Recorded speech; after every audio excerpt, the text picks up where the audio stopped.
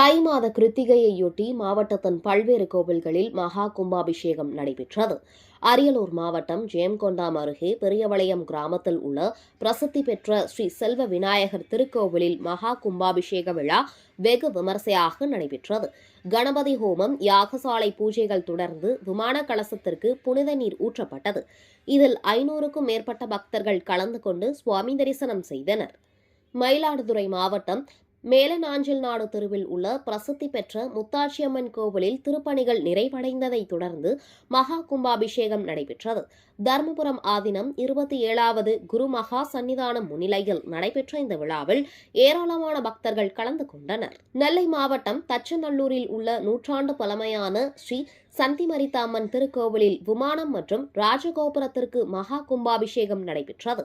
இதில் பல ஆயிரக்கணக்கான பக்தர்கள் கலந்து கொண்டு சுவாமி தரிசனம் செய்தனர். காஞ்சிபுரம் மாவட்டம் மணிமங்கலத்தில் உள்ள வரலாற்று சிறப்பு வாய்ந்த ஸ்ரீ செங்கமலவள்ளி சமேத ஸ்ரீ ராஜகோபால சுவாமி திருக்கோவிலில் மகா கும்பாபிஷேகம் கோலாகலமாக நடைபெற்றது. மூலவர் மற்றும் பரிவார தெய்வங்களுக்கு கும்பாபிஷேகம் செய்யப்பட்டு பக்தர்களுக்கு அன்னதானம் வழங்கப்பட்டது. புதுக்கோட்டை மாவட்டம் திருவப்பூரில் அமைந்துள்ள பிரசித்தி பெற்ற ஸ்ரீ முத்துமாரியம்மன் ஆலயத்தில் 12 ஆண்டுகளுக்கு பிறகு மகா கும்பாபிஷேகம் நடைபெற்றது. இதில் 50,000த்திற்கும் மேற்பட்ட பக்தர்கள் கலந்து கொண்டனர்.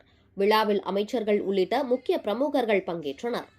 சேலம் மாவட்டம் எடப்பாடி அருகே பூலாம்பட்டியில் உள்ள ஸ்ரீ மகாகணபதி மற்றும் ஸ்ரீ கந்தசாமி திருக்கோவில்களில் புனரமைப்பு பணிகள் நிறைவடைந்ததை தொடர்ந்து மகா கும்பாபிஷேகம் நடைபெற்றது.